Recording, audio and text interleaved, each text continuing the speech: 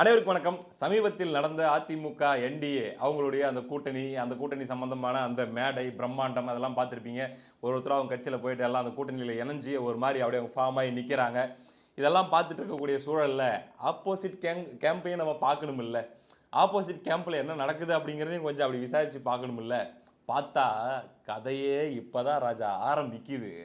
ட்விஸ்டே இப்பதான் ஆரம்பிக்குது அப்படிங்கிற மாரியான விஷயங்கள் புகையத் தொடங்கி விட்டன. முதல்ல என்ன அப்படின்னா, பாருங்க நேத்து வரைக்கும் நம்ம கமலஹாசன் கூட ஒரு மாதிரி விட்றா நமக்கு ஒரு ராஜ்யசபா கிடைச்சிருச்சு அப்படியே போவோம். கட்சியில இருக்கிறவங்கலாம் யாரும் எம்எல்ஏ ஆகணுன்ற கனவு இருந்தா இப்பயே கிளம்பிருங்கன்ற மாரி டீல் பண்ணிட்டு இருந்தாரு. இப்ப திடீர்னு ஒரு செய்தி வருது. இரட்டை இலக்கத்தில் நாங்களும் சீட்டு கேட்போம் அப்படிங்கிறாரு. என்னாச்சு? என்னன்னா எங்களுக்கு பேட்டரி கிடைச்சிருச்சு. தாவேகாவுக்கு விசில் ஒதுக்குனாங்கல்ல. அன்னைக்கே வந்து மக்கள் நீதி மையத்துக்கு அந்த டார்ச் லைட்டும் குடுத்துட்டாங்க. இப்ப எங்க டார்ச் லைட் இந்த டார்ச் லைட்ட சும்மா வச்சுக்கிட்டு நான் என்ன பண்றது? இப்ப திமுக கூட ஒரு 4 சீட்ட வாங்கி 4லயும் உதயசூரியன்லயே நாங்க நிப்போம் அப்படிங்கிறது திமுகவுடைய கணக்கு. அப்புறம் எதுக்குன்னே இந்த காருக்கு எதுக்குன்னே அச்சாணி அப்படிங்கிற மாரி நம்ம வடிவேலு கேட்பார்ல முத்து படத்துல அப்புறம் எதுக்குடா அந்த டார்ச் லைட்டு? எதுக்கு இந்த தேர்தல் ஆணையம் நமக்கு குடுத்துச்சு? அப்ப இத வச்சு நம்ம ஏதாச்சும் யூஸ் பண்ணணும். இத வச்சு நம்ம யூஸ் பண்ணணும்னா நம்ம எக்ஸ்ட்ரா சீட் வாங்கி இந்த சின்னத்த வச்சே நம்ம நிக்கணும் அப்படின்னு சொல்லி திடீர்னு ஆசை வந்துருச்சு போல இருக்குது ஆண்டவருக்கு. ரெட்டை இலக்கத்துல நாங்க கேட்போம் அப்படின்ற மாரி மக்கள் நீதி மையம் கூட லைட்டா சவுண்ட் விட ஆரம்பிச்சிருக்கிறாங்க. விடுவாங்க. ஏன் சொல்லுங்க? ஏன்னா தட்டி பார்த்து டம்மியா இருக்குதுன்னு கண்டுபிடிச்சிட்டாங்க திமுகவ. உன் சூட்சுமம் எங்களுக்கு தெரிஞ்சு போச்சு. அதனால எல்லாரும் சேர்ந்து டிமாண்ட் பண்ண போறோம் அப்படின்ற மைண்ட் செட்டுக்கு வந்துட்டாங்க போல இருக்குது. நான் தான் சொன்னேன்ல, ஆப்போசிட்ல அந்த அலைன்ஸ் ஃபுல்லா ஃபார்ம் ஆகாம கூட இருக்கிற கட்சிகள்லாம் அப்படி வெளியே இருக்கிற வரைக்கும் கொஞ்சம் கம்மியா இருக்கும் திமுக கூட்டணிக்குள்ள பிரச்சனை. எல்லாரும் போய் உள்ள சேர்ந்துட்டாங்க அந்த பக்கம் அப்படின்னா, இங்கிருந்து ஒரு ஆள் வெளியே போனா அவங்களுக்கு ரீப்ளேஸ்மெண்ட்டா உள்ள எடுக்கிறதுக்கு ஆள் இல்லைன்ற நிலைமை வந்த உடனே ஏற்கனவே கூட இருக்கிற கட்சிகள் எல்லாம் கும்மாங்குத்து குத்த ஆரம்பிச்சிருவாங்க திமுகவை. நம்ம சொன்னோமா ஒன்னொன்னா நடக்க ஆரம்பிக்குதுங்க. சரி ரைட்டு. இப்போ வந்து அன்புமணி ராமதாஸ் அவர்கள் போயிட்டு என்டிஏல இணைஞ்சிட்டாரு. சேஃபா செட்டில் ஆயிட்டாரு அங்க போயிட்டு அவரு. இப்ப திமுக அவர் கணக்கு போடுது. என்னது? ஆக்சுவலி இந்த தந்தை மகன் சண்டையை தூண்டி விட்டதே திமுக தான்ன்றது அன்புமணி ராமதாஸ் அவர்களுடைய கடுமையான ஒரு குற்றச்சாட்டு. அது சில பேரை வச்சு ப்ளே பண்ணுது அப்படின்னு சொல்லி. ஆனாலும் இவர் போயிட்டு இப்ப சேஃபா அங்க உட்கார்ந்ததுனால மாம்பழ சின்னம் எங்க இருக்குதோ அங்கதான் நாங்களும் சொல்லி பெரும்பாலான பாமகவினர் அந்த பக்கம் திரும்புறாங்க. இப்ப ஐயா ராமதாஸ் இருக்காரு. ஐயா ராமதாஸ் வந்து திமுக கூட்டணிக்குள்ள கொண்டு போலாம் அப்படின்றதுக்கான முயற்சிகளும் பேச்சுவார்த்தைகளும் நடந்து கொண்டே இருக்கிறது அல்லவா? இந்த செய்தி வந்த உடனே இங்க ஏற்கனவே திமுக கூட்டணியில் இருக்கக்கூடிய விசிகாவுக்கு பயங்கரமான மனச்சங்கடம், மன வருத்தம் எல்லாமே ஏற்பட ஆரம்பித்து விட்டது. அவங்க மனசுக்குள்ள இருக்கிறது உனக்கு எப்படியா தெரியும் அப்படிங்கிறீங்களா? அது மனசுக்குள்ளேயே இருந்திருந்தா எனக்கு எப்படி தெரிஞ்சிருக்கும்? அதுதான் டிராவல் பண்ணி வாய் வழியா வெளியே வந்துருச்சே. வந்து விட்டது. ஆமாங்க. என்னன்னா நம்முடைய வன்னி அரசு வன்னிக்குட்டி ஒரு 4-5 நாளைக்கு முன்னாடி ஒரு சின்னதா சிக்னல் கொடுத்துறாரு. ஒரு பிரஸ் மீட்ல கேட்கும்போது, எங்களுடைய கொள்கை நிலைப்பாடு, எங்கள் தலைவருடைய முடிவு என்பது பாஜக, பாமக இருக்கிற கூட்டணியில் விடுதலை சிறுத்தைகள் ஒருபோதும் இடம்பெறாது என்பதுதான். மதவாத பாஜகவோடும் சாதியவாத பாமகவோடும் கூட்டணி இல்லை, ஒட்டு உறவும் இல்லை என்று சொல்லியிருக்கிறார்கள். ஆனாலும் எங்க தலைவர் என்ன முடிவு எடுக்கிறாருன்னு பார்ப்போம்ட்டு ஒரு பிட்டை போட்டுட்டாரு. ஓஹோ ரைட்டு. அப்ப ஐயா ராமதாஸ் உள்ள வர வேணாம் அப்படின்னு சொல்லி விசிக விரும்புதா? இன்ட்ரெஸ்டிங் அப்படின்னு சொல்லி நம்ம கவனிக்க ஆரம்பிச்சுட்டு இருக்கும்போதே நேத்து ஒரு பேட்டி நம்ம சங்கத்தமிழன் அவரு அதான் என்னங்க இப்படி பூசி மொழிகி பேசிக்கிட்டு தூக்கி போட்டு டம்முன்னு உடைப்போமா அப்படிங்கிற கான்செப்ட்ல அவரு இங்க பார், வெற்றி தலைவர் திருமாவளவன் வேணுமா இல்ல தொடர்ந்து தோல்வியே பார்த்திருக்கிற ராமதாஸ் வேணுமா என்பதை தளபதி ஸ்டாலின் அவர்கள் முடிவு பண்ணிக்கிட்டோம். நான் வேணுமா இல்ல அவங்க வேணுமா? ஆமா அப்படிங்கிற மாதிரி அவங்க ஒரு இப்போ ஓப்பனாக பேச ஆரம்பிச்சிட்டாங்க. நாங்க வேணும்னா எங்களை எடுத்துக்கோ, அவங்கள உள்ள எடுத்துட்டு வராத. இல்ல அவங்க உனக்கு வேணும் அவ்வளவு முக்கியம்னு தோணுதா எங்களை விட்டு நாங்க போறோம் அப்படிங்கிற மாதிரி பேச ஆரம்பிச்சிட்டாங்க. பொய்யெல்லாம் சொல்லிங்க. நம்மளுக்கெல்லாம் வந்து பொய் சொல்லக்கூடிய விஷயம். நான் என்ன தாமோதரன் பிரகாஷா மைண்ட்ல தோன்றதெல்லாம் அடிச்சு விடுறதுக்கு வந்த செய்தியை தான் போட்டு காமிக்கிறேன். கேளுங்க. பாமக பிஜேபி இருக்கிற கூட்டணி நாங்கள் இல்லை சொன்னார சொல்லலையா? திமுக முயற்சி பண்றாங்க. தளபதி ஸ்டாலினுக்கு வந்து வெற்றி வீரன் திருமாவளவன் வேண்டுமா இல்ல வந்து தோத்து போன ஐயா வேணுமா? இல்லங்க நாங்க வந்து பிஜேபி சேர்க்க போறோம் இல்ல பாமகவை சேர்க்க போறோம்னா நாங்க சலாம் அலைக்கும் அப்படின்னு நாங்க பரப்புவோம். இல்லைங்க நாங்க வந்து பிஜேபியை சேர்க்க போறோம் அல்லது பாமகவை கூட்டணியில கொண்டு வர போறோம் அப்படின்னு வந்து திமுக முடிவு எடுத்துச்சு அப்படின்னா நாங்க சலாம் அலைக்கும் அப்படின்னு சொல்லிட்டு கிளம்பிடுவோம். அது சலாம் அலைக்கும்னா வணக்கம்னு அர்த்தம். பாய் பாய் சொல்லிட்டு போவோம் அப்படின்னு சொல்லுங்க. அது வந்து ஒருத்தர் பார்த்துக்கும் போது சந்தோஷமா சொல்ற வார்த்தை. ஆமா, அதை ஒரு கான்டெக்ஸ்ட் புரியாம வேற மாதிரி யூஸ் பண்றாரு. சொல்ல வர்ற செய்தி என்னன்னா, 2ல 1 முடிவு பண்ணுங்க அப்படிங்கிற மாதிரி இப்ப விசிக குடைச்சல் கொடுக்க ஆரம்பித்து விட்டது. இப்ப ஐயா ராமதாஸ் அவர்கள்கிட்ட 2 தரப்பு பேசிட்டு இருக்குது. ஒரு பக்கம் திமுக பேசிட்டு இருக்குது, இன்னொரு பக்கம் இப்பொழுதும் என்டிஏ அந்த அலையன்ஸ்குள்ளேயே நீங்களும் வாங்க, வந்து ஸ்மூத்தா எடுத்துட்டு போகலாம், எலெக்ஷனை முடிப்போம், அப்புறமா உங்களுடைய குடும்ப பிரச்சனையோ கட்சி பிரச்சனையோ பார்த்துக்கலாம் அப்படின்ட்டு பேசிட்டு இருக்கிறாங்க. இப்போ ஐயா ராமதாஸ் என்ன முடிவெடுப்பார்? சரி ரைட்டு, இப்போ தோழர் திருமாவளவன் எடுத்துக்கலாம். சரி, கீழே இருக்கிறவங்க சொல்றதெல்லாம் கணக்கு இல்லைப்பா, தலைவர் அவர் வந்து என்ன சொல்லுவார் அப்படின்னு ஒரு கேள்வி வரலாம். என்ன சொல்ல முடியும்? இப்போ ஐயா ராமதாஸ் அவர்கள் திருமாவளவன் எனக்கு மகன் போன்றவர் அப்படின்னு சொல்லிட்டாரு, அதனால வந்து கிரவுண்டில் வந்து ஜெல் ஆகிடும், 2 பேர் சேர்ந்து விசிகாவுடைய வெற்றிக்காக ராமதாஸ் அவர்களுடைய பாமகன்னு அவர் சொல்றாரு இல்லையா, அவர்களும் அவர்களுடைய வெற்றிக்காக அவர்களுடைய கேண்டிடேட்டுகளுடைய வெற்றிகளுக்காக விசிகாவுடைய தோழர்களும் தொண்டர்களும் வேலை செய்யறது சாத்தியமா நடைமுறையில் அப்படிங்கிறத நம்ம பார்க்கணும். 2011 பொறுத்த வரைக்கும் இந்த 2 கட்சியும் ஒரே கூட்டணியில் தான் இருந்தாங்க. ஆப்போசிட்ல விஜயகாந்த் அவர்களுடைய தேமுதிக, அதிமுக அவங்க இருக்காங்க.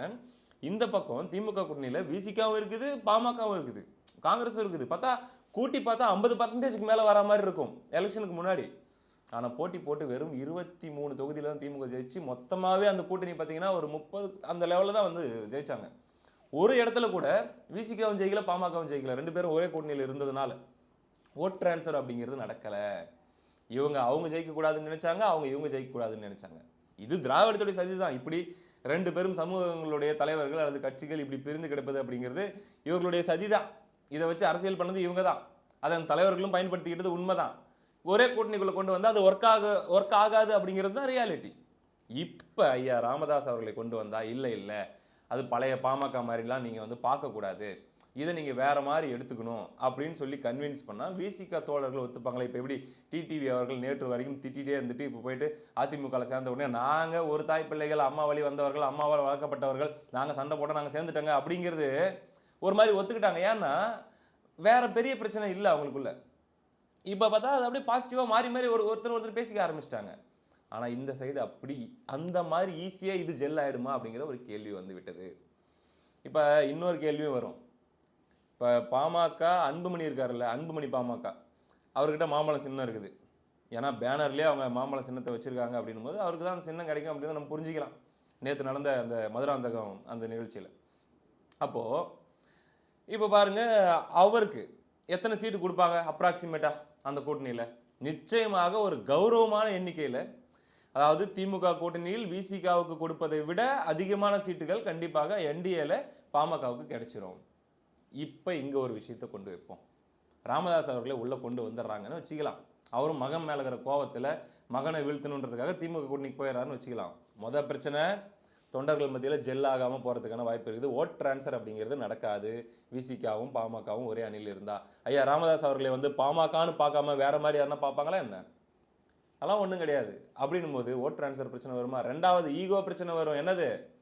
அங்கே என் மகனுக்கு, நான் பெத்த பையன், நான் பார்த்து வளர்ந்த பையன், என் மகனுக்கு இத்தனை சீட்டு கொடுத்துருக்காங்க, அப்போ எனக்கு எவ்வளோ நீங்கள் கொடுக்கணும் அப்படின்ட்டு ஐயா ராமதாஸ் கேட்பாரா கேட்க மாட்டாரா? இல்லை, இப்போ ஒரு உதாரணத்தை சொல்கிறேன். அன்புமணி அவர்களுக்கு கொடுத்ததுல பாதி எண்ணிக்கையில் திமுக, அல்லது பாதி கூட இல்லை, அதை விட இன்னும் கொஞ்சம் கம்மியாக ஒரு 5 சீட்டு கொடுக்குது அப்படின்னா ஐயா ராமதாஸ் அவர்களுக்கு இன்சல்ட் இல்லையா? விசிகாவுக்கு 10 கொடுத்துட்டு, இல்லை விசிகாவுக்கு ஒரு 8 கொடுத்துட்டு ஐயா ராமதாஸுக்கு 8க்கு கம்மியாக கொடுத்தா அது அவருக்கு இன்சல்ட் இல்லையா? இவ்வளோ சிக்கல் இருக்குது பாருங்க. இப்போ ஏதோ பேச்சுக்கு அப்படியே திமுக பக்கம் இவர் போய் விடுவார், அதை காம்பன்சேட் பண்ணி விடுவார்கள் அப்படின்னு சொல்லலாம். எப்படி காம்பன்சேட் பண்ணுவேன்னு ஒரு கேள்வி இப்போ வர ஆரம்பிச்சிருச்சுல, விசிக பேச ஆரம்பிச்சிருச்சுல. இதில் என்ன சிக்கல் அப்படின்னா, நான் சொன்னல நேற்று ஒரு மாவட்ட செயலாளரை சந்தித்து பேசணுன்ட்டு, விசிகாவை சார்ந்தவர் தான் அவர். அச்சப்படுகிறார்கள். ஏன்னா கிரவுண்டுக்குள்ளே அவங்களுக்கு தெரியும் 2 பேருக்கும் வந்து வெவ்வேறு அணியில் இருந்தால் தான் 2 பேருக்குமே அவங்களுடைய ஓட் டிரான்ஸ்ஃபர் வந்து அவங்க நல்லாவே தெரியும். ஐயா ராமதாஸ் வேற, அன்புமணி வேறன்னு சொல்லி ராமதாஸ் அவர்கள் சொல்லலாம், விசிகாரங்க அப்படி பார்க்கணுமே. இது போக தோழர் திருமாவளவன் நாளைக்கு வந்து ஏதாச்சும் மழுப்பலாம், உருட்டலாம். ஆனால் தோழர் திருமாவளவன் அவர்கள் பேசின பேச்சுகள்லாம் சாதாரண பேச்சு இல்லையே. விரியன் பாம்பு கொடூரமானது, கொடும் நஞ்சு நிறைந்தது. இந்த 2க்கும் மாற்று நான் தான். என் பெயர் விரியன் பாம்பு அல்ல, நல்ல பாம்பு என்கிறது ஒரு சாதி பாம்பு. உங்க எல்லாருக்கும் தெரியும். தெரிஞ்சது என்னது? கட்டு விரியன், கண்ணாடி விரியன்னு சொல்லி திமுக அதிமுகவை சொன்னாருன்னு மட்டும்தான் தெரியும். ஆனா அதே பேச்சில் அடுத்ததாக அவர் சொன்னது என்னது? சாதி பாம்பு, ஒரு நாகப்பாம்பு தன் மகனை கொண்டு வருவதற்காக காத்து கொண்டு இருக்கிறது அப்படின்னு சொல்லி ஐயா ராமதாஸ் அவர்களை பாம்பு, சாதி பாம்பு என்று பேசினவர் தோழர் திருமாவளவன். இதை ராமதாஸ் அவர்களுடைய தொண்டர்களும் மறக்கல, அதே போல தோழர் திருமாவளவன் அவர்களுடைய தொண்டர்களும் மறக்கல. அப்படின்னும் போது எப்படி இது ஜெல் ஆகும்? இந்த சிக்கல் வருதா? அடுத்து இன்னும் முடியல பிரச்சனை. தேமுதிக திமுக கிட்ட பேசிட்டு இருக்கிறாங்க, உள்ள போறதுக்கான வாய்ப்பு இருக்குது, 8 சீட்டு வரைக்கும் திமுக தர்றதாக சொல்றாங்க அப்படின்லாம் சொல்லி பேசிட்டு இருக்காங்க. ரைட்டு, தேமுதிக திமுக கூட்டணிக்குள்ளே போதுன்னு வச்சுக்கலாம். இப்போ யாருக்கிட்ட இருந்து சீட்டுகளை தியாகம் பண்ண வச்சு குறைக்க வச்சு இப்போ புதுசாக வர ஐயா ராமதாஸுக்கும் தேமுதிகவுக்கும் திமுக சீட்டு கொடுக்கும்? தனக்கு தான் உதயசூரியனில் குறைஞ்சது 170 தொகுதியிலாச்சும் போட்டி போட்டால் தான் சர்வைவ் பண்ண முடியும். ஏன்னா உதயசூரியன்னா அதுக்கு ஒரு வேல்யூ இருக்குது, அந்த சிம்பிளுக்கு. பேட்டரி லைட்டு, டார்ச் லைட்னா அதுக்கு ஒரு வேல்யூ இருக்குது. என்னதான் அந்த கூட்டணி அவங்க ரெப்ரசென்ட் பண்ணாலும் கை சின்னம்னா அதுக்கு ஒரு பரிச்சயம் இருக்குது. அப்படின்னும் போது அதிகமாக ரெட்டலை எத்தனை தொகுதிகள் நிற்கிதோ அத்தனை தொகுதியில் தாங்களும் நிற்கணும்னு தானே ஐயா ஸ்டாலின் யோசிப்பார். அப்போ திமுக தன்னுடைய சீட்டுகளை தியாகம் பண்ணி ராமதாஸ் அவர்களுக்கும் தேமுதிகவுக்கும் கொடுக்குமா, இல்லை கூட்டணியில் இருக்கக்கூடிய கம்யூனிஸ்டுகள் விசிக இவங்களுடைய சீட்டுகளை தியாகம் பண்ண வச்சு எடுத்து அவங்களுக்கு கொடுக்குமான்ற ஒரு கேள்வி அடுத்து வருது இல்லை? காங்கிரஸ் வேற ஒரு பக்கம் 35 குறையாமல் நாங்கள் கேட்போம், ஆட்சி அதிகாரத்தில் பங்கு கேட்போம் அப்படின்னு சொல்கிறாங்களா. காங்கிரஸுக்கு 30 போதுன்னு வச்சுக்கலாமே.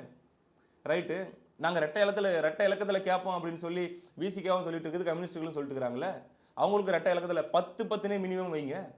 இங்கே ஒரு 30 போயிடுச்சு இல்லை, 2 கம்யூனிஸ்ட்டு விசிகா அப்படின்னும் போது 30, குருநாதர் வைகோ அது ஒரு 8 வச்சுக்கலாமா, இல்லை ஒரு 6 வச்சுக்கலாமா, 36.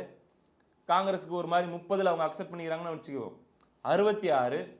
அது போக தேமுதிக வராங்க, 8 சீட்டு வரைக்கும் திமுக ஒத்துக்கிறாங்க அப்படின்ற மாதிரி வச்சுப்போம். 66 8 எவ்வளோ ஆச்சு?